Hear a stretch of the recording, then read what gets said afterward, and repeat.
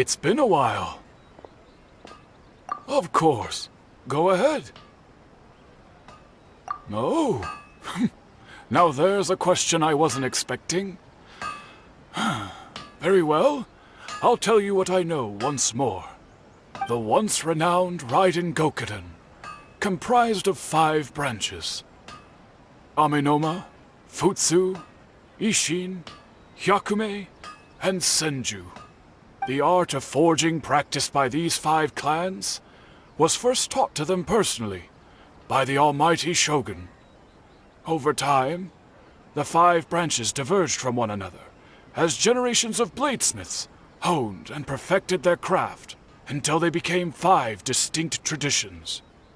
Most of the great swordsmith clans of old have since fallen into decline, and for a long time, only the Amenoma branch kept its art alive. But fortunately, Kaedehara Kazuha recently returned to Inazuma and took up the mantle of the Ishin art. Now, 2 clans remain of the original Gokuden 5. If my memory serves me right, you yourself were present when he forged the Ishin blade. Oh yeah, we were! Paimon remembers that now. We learned a bit about the decline of the Raiden Gokuden then too. It seems like such a shame. That, my friends, is a tragic tale indeed. In fact, this was not made known to me for most of my life. All these years, I knew of those great clans' demise, but never the cause. Only recently, when the question was on my mind, did I ask Kaedehara Kazuha about this. He told me that, as we are both heirs to a branch of the Raiden Gokuden, it was right that I should know the truth. There is no harm in telling you, but I must warn you. It is a dark and sorrowful tale. The Raiden Gokuden were the targets of a murderous rampage by a vengeful bladesmith. Vengeful? Why? 400 years ago, so I'm told, there was a catastrophic malfunction in Tatarasuna's furnace. One brave swordsmith heard the commotion and chose not to flee, but he rushed to the scene, hoping to prevent a disaster. Tatarasuna was home to a state-of-the-art forging and smelting operation in that day, and overseeing it was the armory officer. His surname was Niwa, though he had family ties to the Kaedehara clan. Knowing that they had just one chance to save countless lives, Mr. Niwa and the swordsmith leaped together into the furnace. The furnace quickly stabilized, but neither of them made it out. The smith's death, though heroic, dealt a devastating blow to his family's fortunes. His orphan son was left to fend for himself, and grew up deeply resentful at the world. In his heart, the whole of Inazuma was culpable in his tragedy. He hated the almighty Shogun for her apparent indifference towards his father's death, and he hated everyone who had done nothing to try and save him. Powerless and destitute, the only legacy he had to pass on to his children was his hatred. Generation after generation bore this grudge, living in utter misery. Alas, if only the story could have ended there. But 100 years ago, the then head of this family reached the end of his wits. He could bear their fate no longer, and yet he could do nothing to change it. Finally, he made a drastic decision to take revenge on the Raiden Gokuden. In doing so, he sought to vent his pent up anger and shake the very foundations of Inazuma's forging industry. In his fury, he murdered indiscriminately, killing even bladesmiths from the Hyakume clan which he belonged to. His goal was absolute, the devastation of all of the Raiden Gokuden.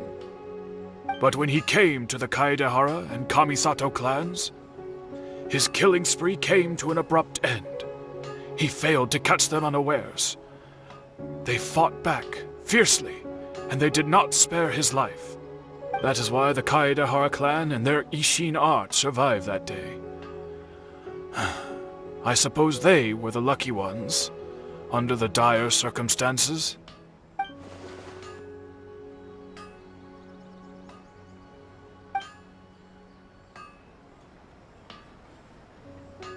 Was there anything else you wanted to ask? Kazuha? Why, yes. Just yesterday, in fact. We spoke for a while over some tea. He seemed well.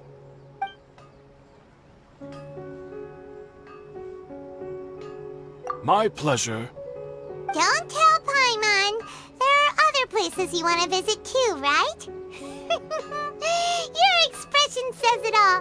You can't hide anything from Paimon. On to the next stop. Lead the way, traveler. Paimon will be right behind you.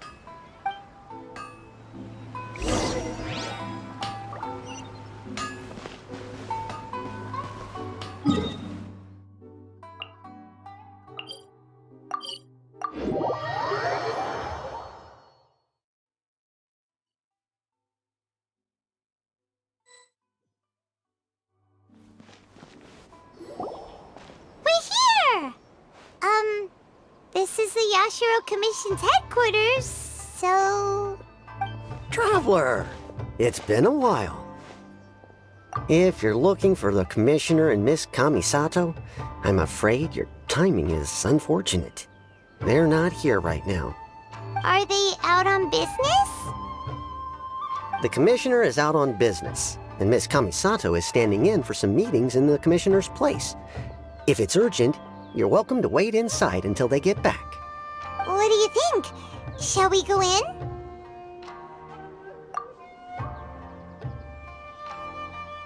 If it were anyone else, I couldn't allow it.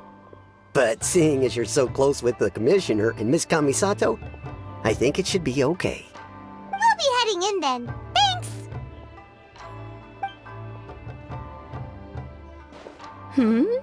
Hello, dears. Is there something you want to say? Of course, traveler. Yes, I know who you are.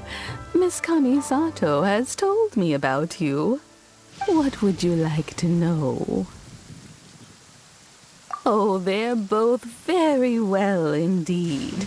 Lately, Miss Kamisato has been rather busy attending all kinds of meetings and occasionally paying visits to some local organizations on the Commissioner's behalf. As for the Commissioner himself, well, you know, busy as ever. That much hasn't changed. Although he does seem to be in a rather good mood these days. So pretty much business as usual in the Yashiro Commission, huh? Very much so.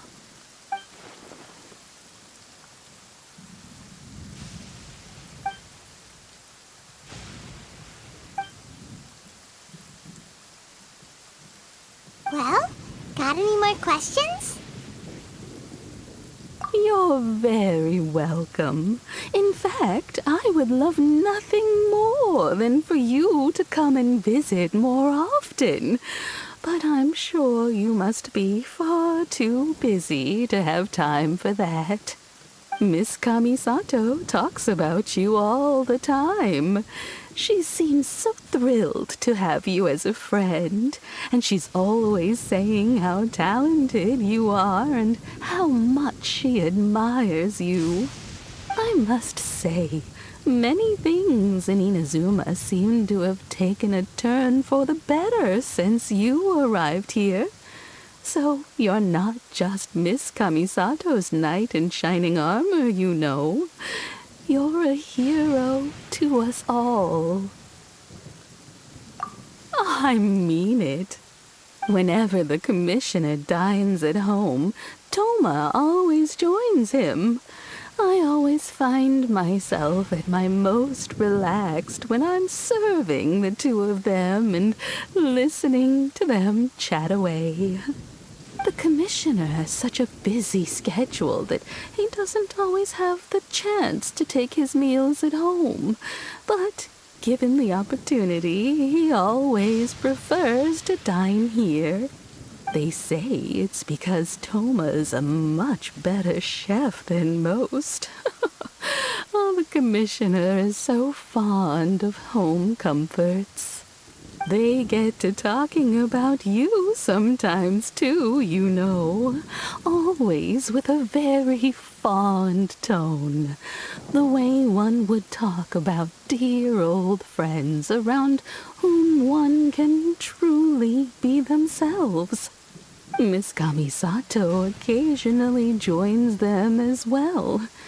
Whenever the whole family gets together and they start talking about people they've met and experiences they've had, you always get a mention. It's been many years now since the late Mr. and Mrs. Kamisato passed away. Much has happened in the Kamisato clan in that time. As someone who is old and gray enough to have watched their son and daughter grow up, it makes me so happy to see them meet a dependable friend whose company they enjoy so much. So, in the future, if you ever do have the time, please know you are always very welcome at the Yashiro Commission headquarters. There will always be at least one old lady who would be delighted to have the pleasure of your company. Wonderful. Thank you. Paimon likes it here too. Also, you were saying something about the food here being really great. Paimon's itching to try it. We may just have to invite ourselves around for dinner sometime. Paimon meant we should come pay a visit again real soon. Ideally around dinner time. Of course. You're always welcome. Alright, goodbye for now. Where are we going next? Great! Goodbye, ma'am. Don't worry, we'll see ourselves out. All right, then. Take care now. Hope to see you soon. Oh, are you two leaving already? Yep, everything's taken care of now. Don't worry. Very well. Safe travels. Goodbye.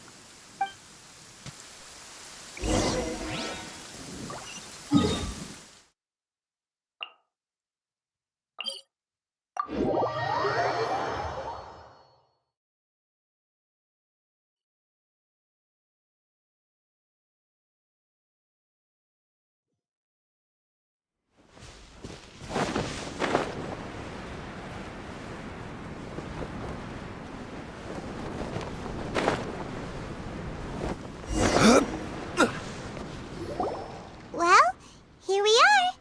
But what are we looking for? Something or someone? Do my eyes deceive me, or is that the Traveler and Paimon? Xavier, what are you doing here?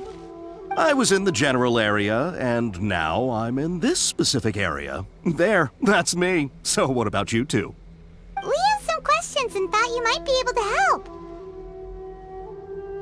Certainly do. I've researched the furnace here in some depth. If there's anything you want to know, just ask away. Like the back of my hand. Make no mistake, I have been here a good many times before. Not only that, but I've met people in Inazuma whose families used to live in Tatarasuna years ago. They said it's all true, the history here. Oh, well, it's a long story, don't you know? The tale of Tatarasuna starts a long time ago. I'm told that its history is one of the most foremost forging and smelting operations in the nation, goes back around 1,000 years. Still, the furnace has had a couple of serious maintenance issues along the way. A couple? When exactly? One was just in the last few years, the other was several hundred years ago. A fun fact, I'm not the first Fontaine tech guy to come and work on it either. There was a guy back then too. They say he was a mechanic who consulted on a technology upgrade. It seems like the technological collaboration between our two nations goes back a long way. How about that?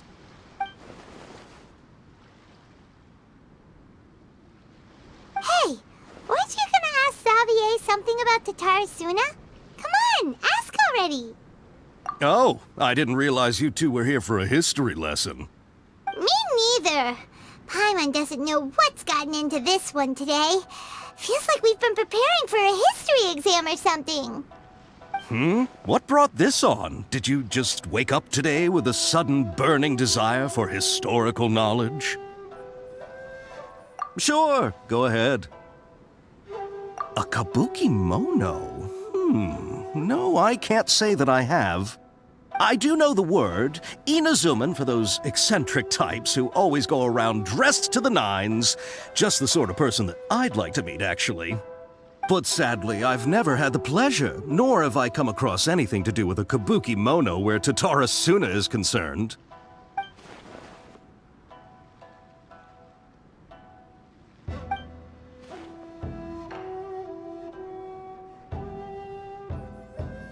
Of course! Don't mention it.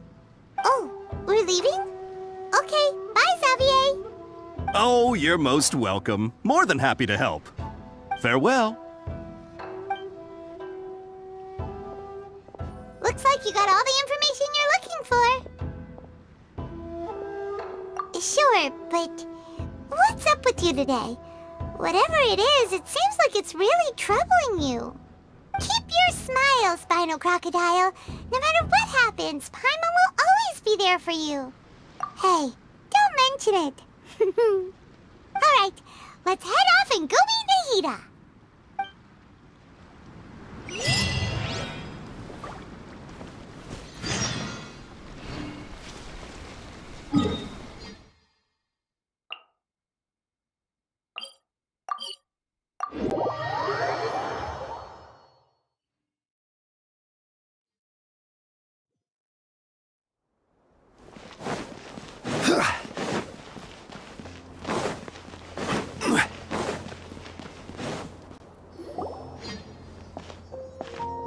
Hey, it's them!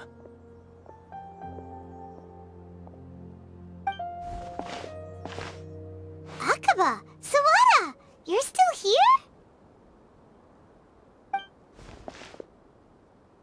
Indeed we are. If you have a moment, we'd love for you to join us once more. We have time. What do you want to talk to us about? It's the same topic we discussed last time. Obviously. Still looking for more info about Tatarasuna, huh? Should we join them? Unfortunately, we haven't made any real progress. Huh? Oh, of course.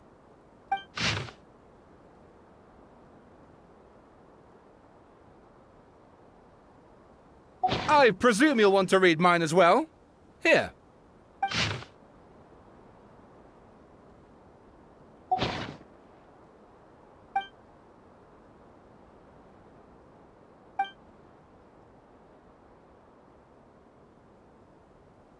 Well, what do you think?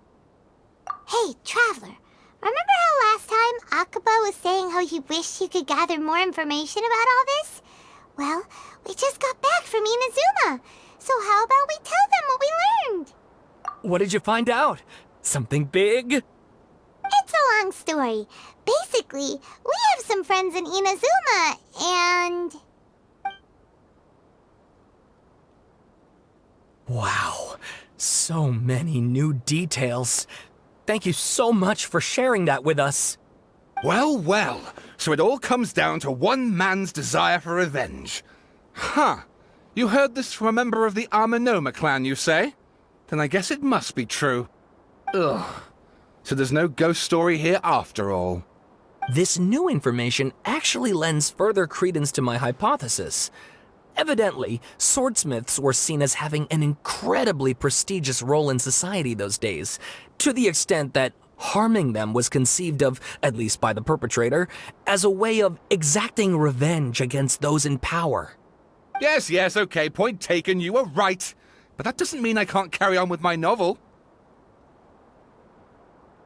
And they're back at it. These guys are really into this. Oh, so sorry. Look at us, prattling on about our projects and ignoring you. Thank you so much for the information. You're welcome. See ya.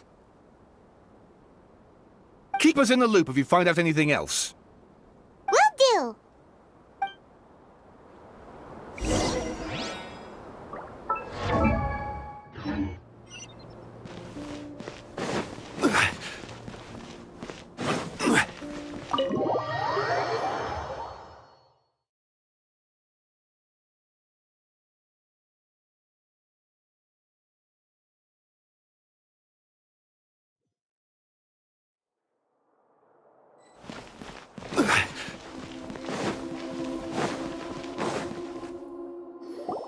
Nahida, we're here! Traveler, Paimon, how have you been? Ugh, where to start? Paimon hasn't had a moment's rest this whole time. That night, we ended up chatting and chatting until suddenly the sun was up. And then she decided she wanted to go to Inazuma. The Balladeer? This sounds like some kind of code name. You look troubled. Is there something you need to tell me?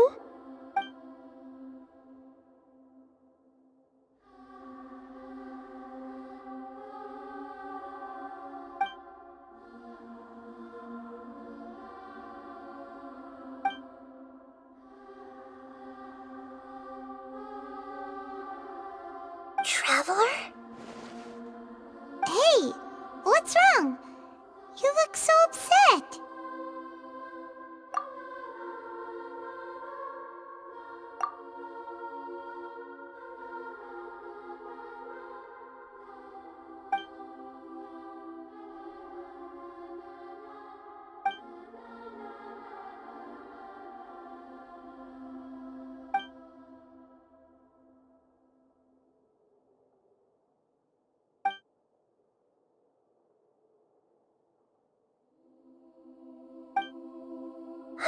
That's quite a story. So, this puppet known as the Balladeer erased himself from Irminsul, hoping that he could change the past. But how was he even able to do that? As the Traveler said, he very nearly became Sumeru's deity. Admittedly, I remember it a little differently. I don't recall finding anyone inside the machine after we defeated it. Nevertheless, it does make sense. If someone were to successfully erase themselves from Irminsul, the world would change to reflect the new reality. So, you believe this person really existed, and we just don't remember him because... well, because he literally changed the world? Yes. Theoretically speaking, it is possible to do this. But I'm struggling to imagine the kind of person who would dare go through with it. The Traveler comes from a world beyond Javat. That's why there's no information about her in Irminsul. And it also explains why any changes to Irminsul wouldn't affect her. So if there's anyone in the world capable of retaining memories from a past that has been rewritten, it's you. It's quite incredible when you think about it. Paimon's having a hard time understanding this Balladeer guy's motivations. Why did he do it? I can only make inferences based on the information we've been given. As for what kind of person he was, only you remember that.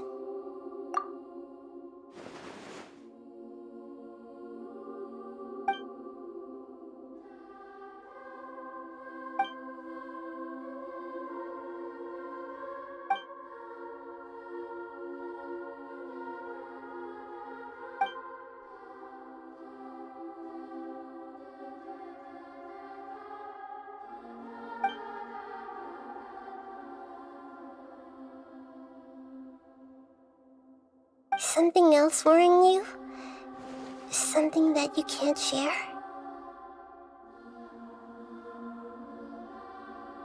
It couldn't change the fate of the ones who had died, right? Once the balladeer realized he hadn't been betrayed after all, it must have completely changed his view of the people of Tatarasuna. Now he saw them as friends again. He couldn't keep hating humans after that. And if he thought there was a chance he could save his old friends, it would be hard not to try. The story makes sense, every part of it. The balladeer tried to achieve godhood with the doctor's help.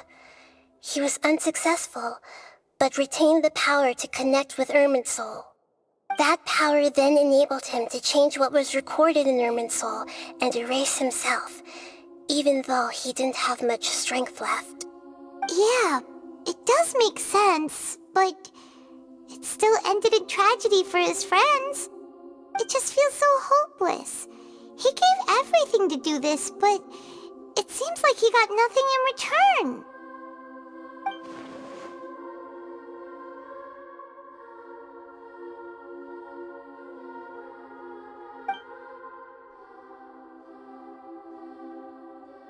Please wait a moment. I want to check something. Found it. This should be the one. It turns out that I have a strange way of confirming everything she has told us. What is it?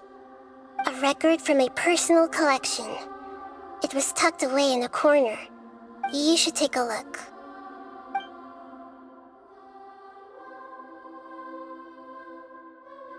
Is this a fairy tale?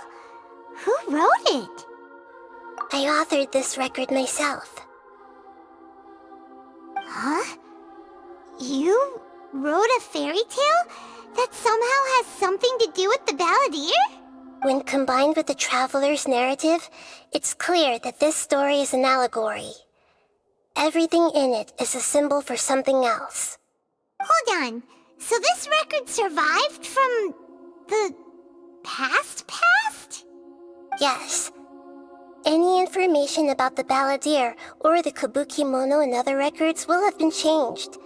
But I wrote this story in a way that means it was left intact.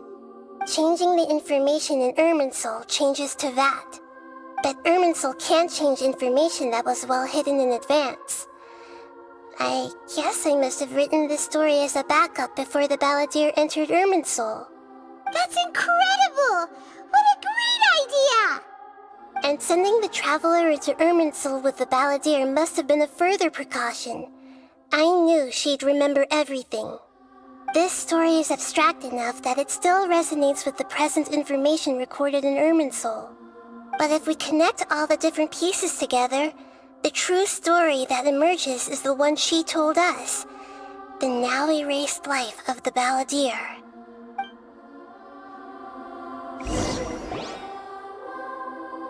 There was once a lone monster draped in fox fur.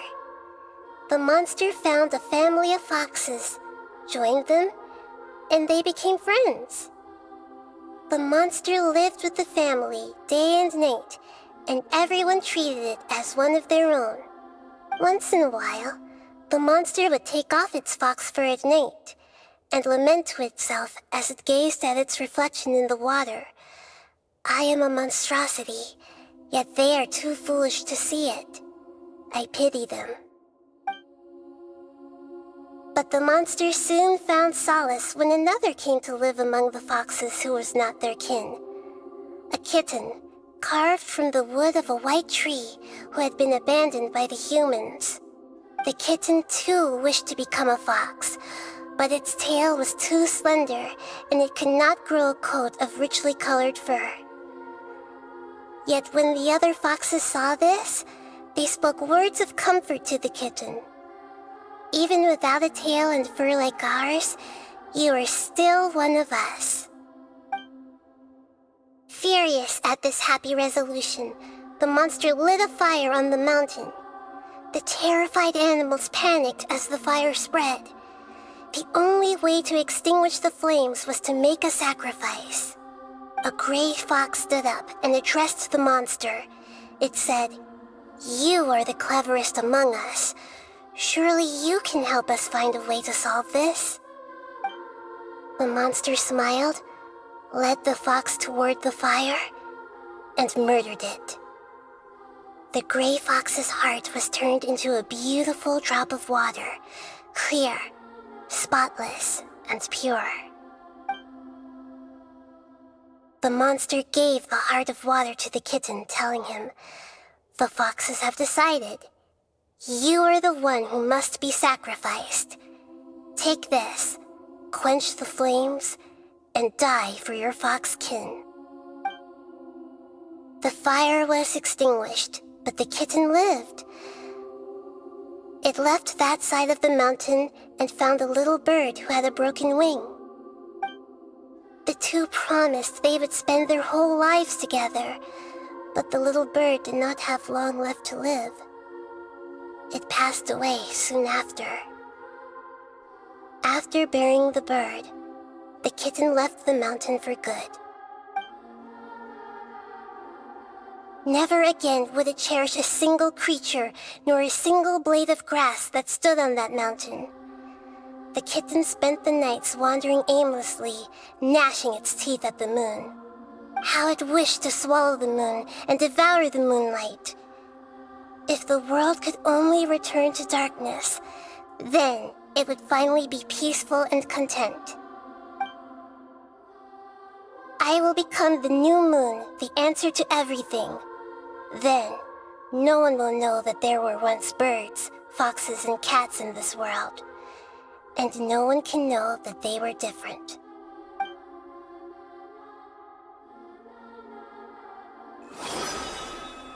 We solved it! I remember now. This is not just the balladeer story. It is his very own memories. I made a backup so that it would be preserved no matter what happened. To become a god, he was experimented on and modified countless times. It was brutal torture, and the only reason he was able to survive is that he was a puppet. This memory was extracted from him by the scholars. Presumably, they kept it to have something to defend themselves with. Creating a deity was just the first step. Some of them wanted to be able to control it. That's why they backed up his memory for later use. I buried it deep inside one of my own dreams, and then hid it inside an allegorical story so that it wouldn't be altered. It's hard to believe that this person really existed, let alone that he tried to get rid of us on more than one occasion. Paimon has no memory of him at all. He completely vanished like a puff of smoke. The balladeer agreed to help me look for information about the Descenders, and although he was unsuccessful, he still helped you. Before he vanished, he confirmed an important detail, that Conria was where your twin first came into this world. We still don't know how the change to Irminsul will affect the senior ranks of the Fatui, but in all likelihood, they won't even remember their own Harbinger. It sounds like Paimon wouldn't like this guy a whole lot if he was still around. But still, Paimon doesn't like the way it all ended that much better. This is why wisdom alone cannot answer all our questions. We look, we see, and we comprehend, but the question still troubles us. So the answer is not everything. People yearn to find the truth and then conquer the troubles they face. When you give someone the truth, you give them a chance to choose their own destiny. To others looking on, this may seem like a pointless endeavor, but for him, the chance to act on his desire to disappear must have meant a lot. Never forget that even when we walk beneath dark clouds along a road filled with suffering, the light of wisdom is always there, guiding us toward a better destination. And that is what you have been doing all along. Yeah, Nahita's right. Cheer up. How about we go get something to eat? We can pick up this heavy conversation again later. Good idea. Paimon, why don't you take her out for a walk to clear her head? You got it. Come on, Traveler. You need to get out of your head for a while. You'll feel much better after taking a walk. Let's go get a snack from one of the stalls in the Grand Bazaar. That'll be sure to lift our spirits. There's a few things I'd like to look into. You should go take a walk and try to unwind. It must be really tough being the only one who remembers all that. But Paimon's always here to help cheer you up.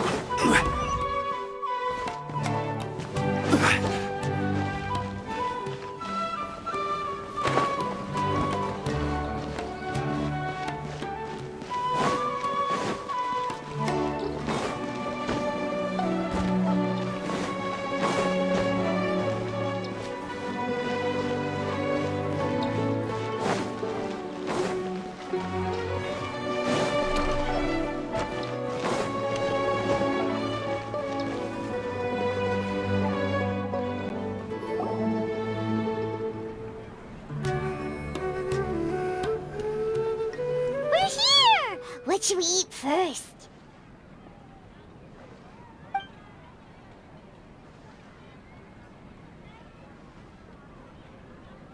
Hey, are you gonna answer or what?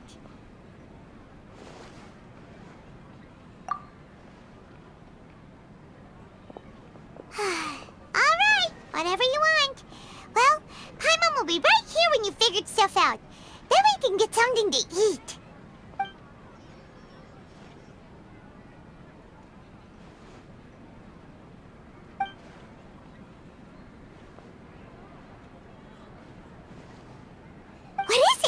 Have you figured it all out?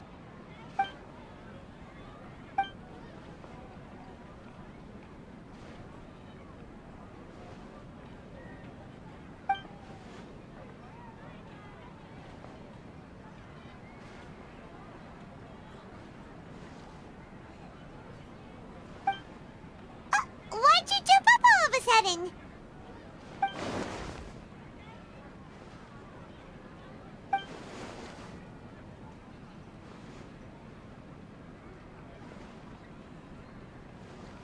Excuse me, boss. There seems to be a small problem with the last bill. Look, here.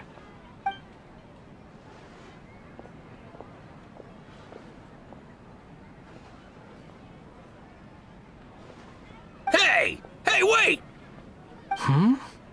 You mean me? No, not you. That kid! Didn't you see? Little rascal grabbed my last 2 fresh Sunsettias and ran off. Look, if you're gonna help out here, you can't keep spacing out, okay?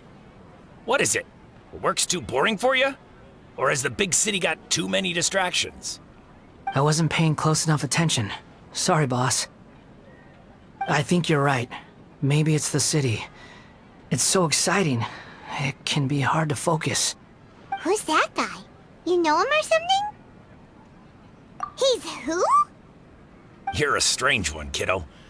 You say you don't want any money for helping out here, and then when I actually give you some work to do, you keep letting yourself get distracted. I don't want to take advantage, so I'm happy to pay you what I'd pay anyone else. But if you keep acting like this, pretty soon I won't be able to afford to. No, please. I mean it. You don't need to pay me anything. I'm just so thankful you agreed to take on an outsider like me. You're welcome, I guess. But I got bigger things to worry about. Look, we're all out of Sunsetias, and I promised the lady down the street I'd deliver a fruit bowl this evening. Leave it to me. I'll find some more. Just a moment. I'll be right back. Stop. I'm gonna level with you, kiddo. I've never met a worker who said they didn't want a wage before. And at first, I got greedy. Couldn't believe my luck. But I figured you'd start asking for something in return eventually. You don't want money. You don't take days off. And in your free time, all I see you do is wander around, taking in the sights. Are you a drifter or something? That's right, I am. We can talk more about that later. First, let me get those fruits you needed. Sunsetias, was it? I'll be right back. Hey, what do we do now? Okay, stay out of sight. Don't let him see you.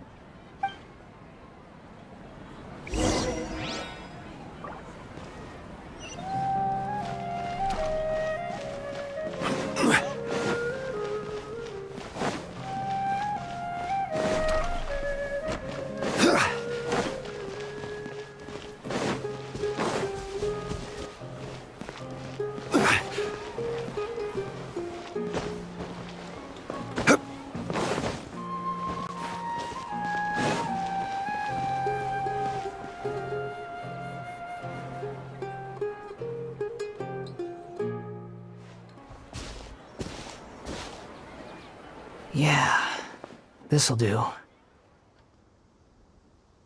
though you say he's the balladeer, what are we planning on doing? Stealing his Sunsetias? Isn't that a bit too cruel? Oh, all right.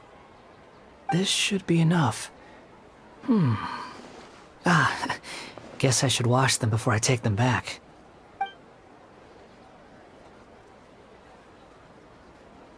Huh? You two over there. Is there something I can help you with? He spotted us! You've been following me all the way from the city. I'd have to be blind not to notice. Have we met before? No, we haven't met. But you know me? I have no recollection. Are you absolutely sure? Sorry, but I just can't take your word for it.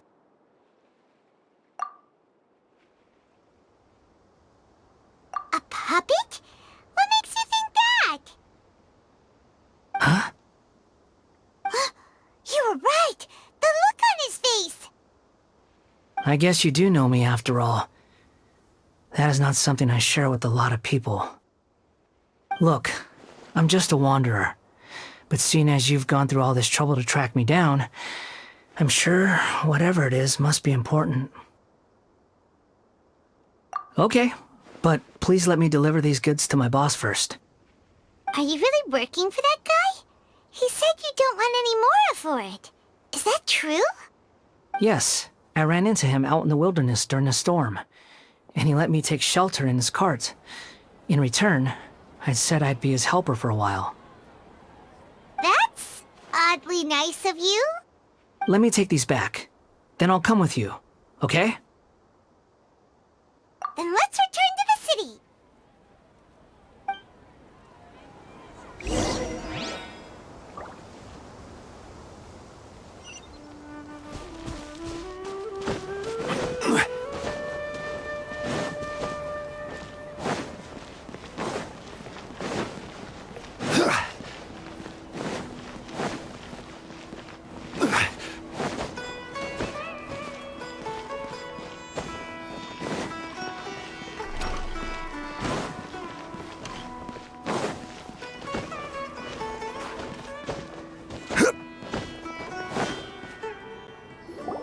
Here you go, boss. I'll leave them right here. Oh, you really went and picked some more. Who are these two? Something's come up, and they need to borrow me. Sorry, boss. I'm afraid I'll be away from the stall for a while. I was just about to pay you anyway. Go wherever you want, kid. Don't waste your time here. What? I get it, okay? You just wanted to help me out, to thank me for giving you shelter from the rain that day. Even then, I don't understand why you're so adamant that you don't want any pay for it. But look, it was pouring down, and there you were, sauntering along without a care in the world, like you had nowhere to be and didn't even care that it was raining. Imagine you were me for a second. It's a little weird, right? Why is this guy traveling during a rainstorm if he's not trying to get somewhere? And why is he taking a shortcut through the open country if he's not even in a hurry? But anyway, taking you in didn't put me out even slightly. You don't owe me a thing for it. Certainly not all this. Your time is valuable. You know, you should go live your life. But I don't...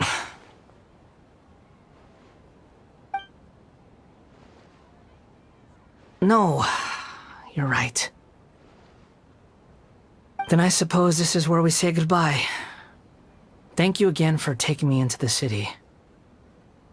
Don't mention it, kiddo. I've run into all kinds of characters over the years. I just hope you find your path. Thank you. All right, done. Thanks for waiting for me. We can go now.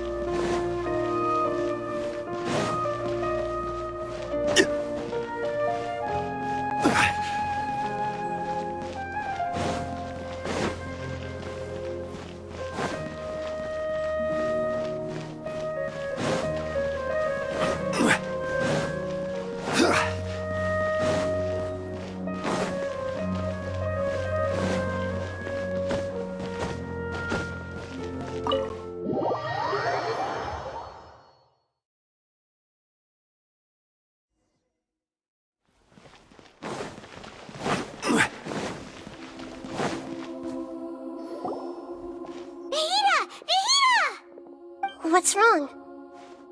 Huh? Are you? Hello. I do apologize for the sudden intrusion. We found this guy in the street, but he doesn't seem to remember anything. So, yeah, quite an eventful walk.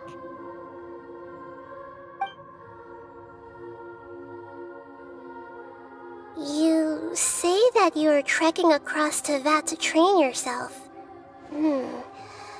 Many other Inazumans who describe themselves in this way call themselves Shugenja. Why do you refer to yourself as a wanderer?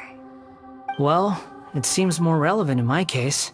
To me, it sounds like a plant with no roots. But these two claim that they know me, and that I have a hidden past unknown even to myself. I wouldn't call it the past, but rather This is a difficult one to explain. I don't like to rely on using terms like this often, but in your case, it seems that it ought to be called, previous incarnation. Oh, like a past life or something? Yes, something far more distant than the past. So far away that you cannot perceive it. Okay, I have to ask. What was I like in my previous incarnation?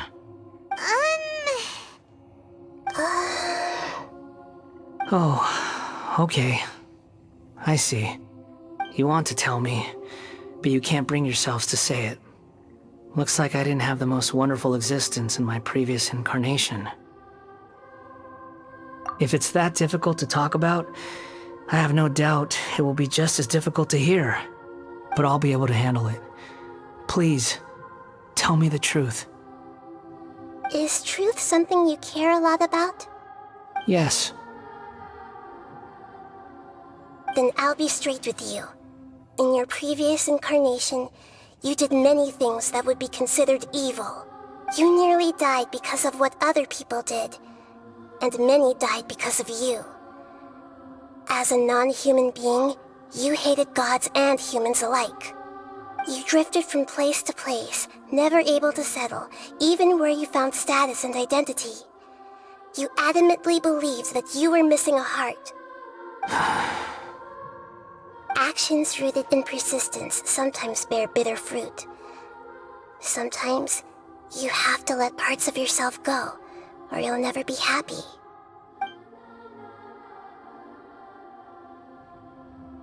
I gave everything I had, but it barely changed history at all. In terms of the outcome alone, that's true.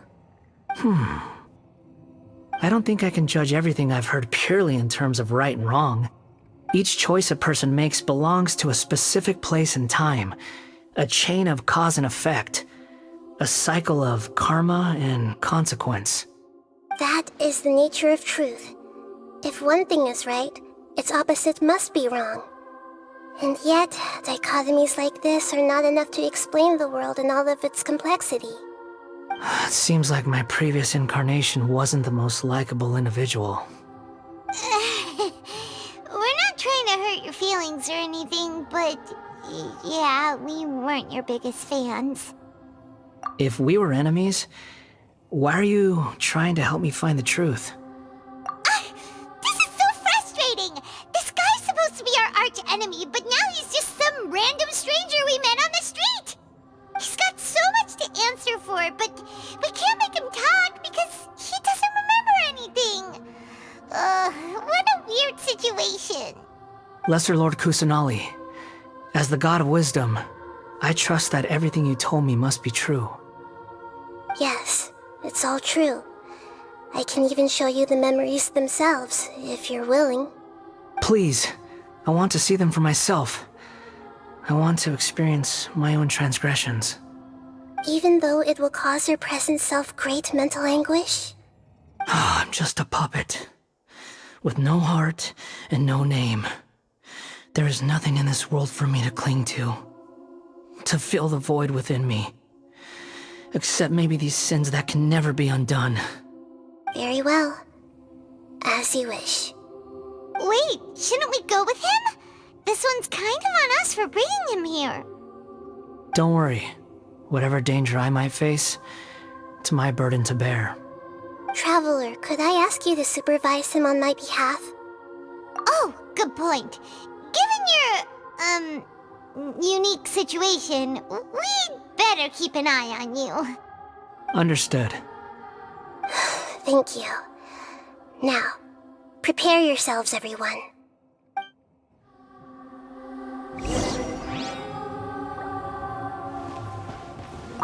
No matter what lies ahead, I'll face it.